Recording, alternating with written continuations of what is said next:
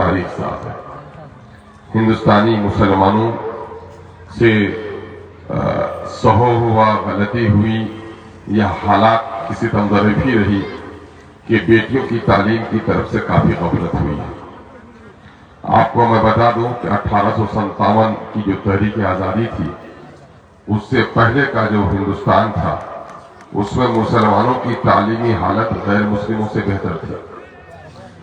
ایک بہت ہی 1931 کی مردم شماری کے مطابق بہت ہی محتاط اندازے میں کہا جاتا ہے کہ برہمن بھائی جو غیر مسلم مذہب سے پڑھے لکھے ہیں وہ 16% پڑھے لکھے تھے، اور اس وقت مسلمان 31% پڑھے لکھے تھے، یعنی اس سے دوگنی آبادی مسلمانوں کی تعلیم یافتہ تھی۔ نہیں، 1931 کا سینسس تھا، ان کی 16% تھی اور 22% مسلمانوں کی تعلیمی شرح تھی، گویا ان سے ڈیڑھا۔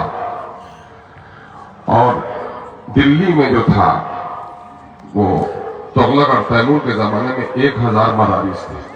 کنیزائیں جو گھروں میں کام کرتی ہیں وہ حافظہ ہوا کرتی تھی، اور بیٹیوں کے تعلیم کا نظم تھا۔ 1857 میں انگریزوں کا تسلط قائم ہو گیا۔ اس سے پہلے جتنے بھی تعلیمی ادارے تھے مسلمانوں کے، اس کی کفالت انگریز حکومت کرتی تھی، لیکن 1857 میں جب مسلمانوں نے بڑھ چڑھ کر بغاوت کی تو انگریزوں نے مسلمانوں کی طرف سے رویہ بدل دیا، اور مسلمانوں کے تعلیمی ادارے، حتیٰ کہ اس وقت قاضی اور مفتیوں کی تنخواہ بھی ملتی تھی، اس کو بند کر دیا۔ ایسے وقت میں مسلمانوں کے لیے بڑا مسئلہ ہوا تھا کہ ہمارے تعلیمی ادارے کیسے قائم ہیں۔ حضرت مولانا قاسم نانوتوی رحمۃ اللہ علیہ نے یہ سمجھا کہ بھئی دنیا تو رخصت ہو گئی، اب سرداری ملنے والی نہیں ہے، اب لال قلعہ کی فصیل پر بیٹھنے کا موقع نہیں ہے۔ اگر ہم نے وقت رہتے ہوئے توجہ نہ دی تو دین بھی ہمارے نوجوانوں کے سینوں سے نکل جائے گا۔ چنانچہ اس وقت انہوں نے دارالعلوم 1866 میں دارالعلوم دیوبند کا قیام کو قائم کیا۔ کچھ عرصہ بعد گزرا، سر سید نے دیکھا کہ وہاں سے تو ہمارے مدرسے کے لوگ ہیں، وہ کم از کم ممبر و محراب کو تھام لیں گے، لیکن انگریزی زبان سے اگر ہمارے بچے نابلد رہیں تو پھر ہندوستان میں ہم مقام پیدا نہیں کر سکتے۔ انہوں نے ایک تحریک چلائی، پھر دوسرے ادارے قائم ہوئے، لیکن ایک بڑا سہو یہ ہوا کہ مسلمانوں نے بیٹیوں کی تعلیم کا نظم اللہ ماشاءاللہ شہروں میں ہوا۔ اپنے اس علاقے میں لیجیے، میں دعویٰ نہیں کرتا ہوں، مجھے خدشہ ہے، 1000 عورت کو بلا لیجیے اور اس میں سے 10 عورت کی توحید کیا ہے، رسالت کیا ہے، تصور آخرت کیا ہے، محرم کیا ہے، غیر محرم کیا ہے۔ بلکہ اس علاقے میں تو سورہ نور، سورہ الاحزاب میں جو پردے کی آیتوں کا نزول ہوا، سجاپور علاقے کے لیے بھی وہ آیتیں نازل ہی نہیں ہوئی، اگر ہوئی بھی ہے تو منسوخ ہو گئی ہے۔ اگر منسوخ نہیں ہوئی ہے تو بتائیے مجھے کہ کیا قرآن و شریعت کے جو پردے کا اہتمام کا حکم ہے ہماری بستیوں میں نافذ ہے؟ ہماری شادیوں میں، ہمارے روزمرہ کے معاملات میں، گھر میں آنے کے لیے اجازت، میتوں کے معاملے میں کہیں ہے؟ یہ کوئی آدمی باہر کا آئے گا، یہاں چلے جائیے ارڑیا سے پچھم، مدھوبنی چلی جائیے، دربھنگہ چلے جائیے، وہاں اگر کوئی میت ہے مرد تو عورت نہیں دیکھیں گے آپ۔ میرے ایک بھائی دوست ہیں وسیم صاحب، بہادر گنج کے ہیں، کشن میں رہتے ہیں، ان کی جوان بچے کا انتقال ہوا، اور جب ہم لوگ گئے تو وہاں کوئی عورت نہیں تھی، تو میرے ساتھ کچھ ساتھی لوگ تھے، اس نے کہا کہ اس کی ماں وغیرہ نہیں ہے کیا؟ تو میں نے کہا کہ ماں بھی ہے، بہن بھی ہے، لیکن ان کا حیا ہے، پردہ ہے، چونکہ باہر کے مرد دیکھنے کے لیے آ رہے ہیں، اس لیے ان کی کوئی عورتیں یہاں نہیں بیٹھی۔ اور آج ہمارے ہاں عورتوں کا اتنا ہجوم ہوتا ہے کہ مرد کی میت کو مرد کوئی نہیں دیکھ سکتا ہے۔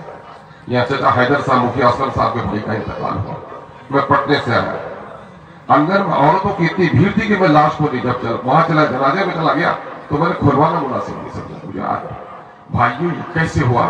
یہ اس لیے ہوا کہ ہماری بیٹیوں کے درمیان کی گئی ہے۔ علامہ اقبال کا ایک بڑا مشہور شعر ہے، آیا ہے یورس تاتار کے افسانے سے، پاسباں مل گئے کعبے کو صنم خانے سے۔ میں نے یعنی کہ تاتاریوں نے مسلمانوں کو گردن کاٹ دیا اور ان کی عورتوں کو قبضے میں لے لیا۔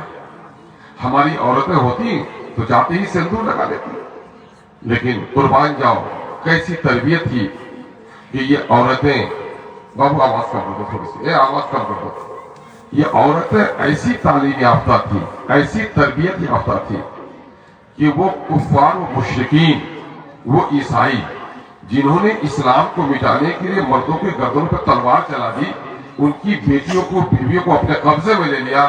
یہ مسلم عورتیں ایسی شاندار دینی مزاج رکھتی تھی کہ اپنے اخلاق سے وہ عیسائیوں کو کلمہ پڑھنے پر مجبور کر دیا. آج دیکھ لیجئے مولوی صاحب کی بیٹی ہے، پردہ میں ہے، شادی ہو گئی ماسٹر صاحب سے، اب سر کا دوپٹہ غائب ہو گیا.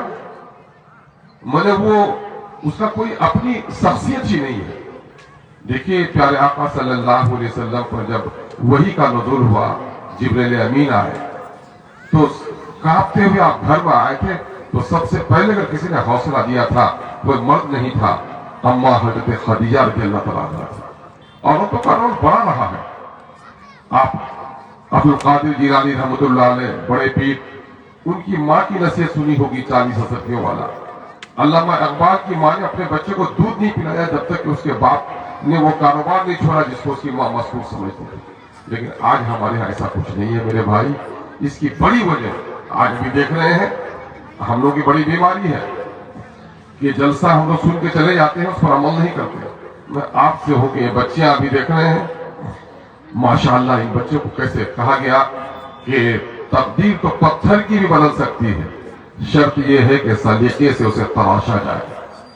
ان بچوں کی جو صلاحیت ہے، ماں باپ صرف یہ زہر دے کر مارا نہیں جاتا، بلکہ وہ بیٹیاں جس کو آپ نے تربیت نہیں دی، پردہ نہیں سکھایا، دین نہیں سکھایا، تو وہ بھی سمجھے کہ آپ نے اس کے ضمیر کو مار ڈالا ہے. قتل نفس ہی نہیں ہے، صرف قتل انسان کی صلاحیتوں کا بھی ہے.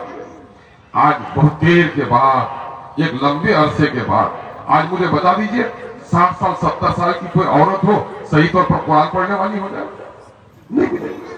کون سا مسلمان ہوگا؟ اس کو پوچھئے، دین کی بنیادی بات ہے.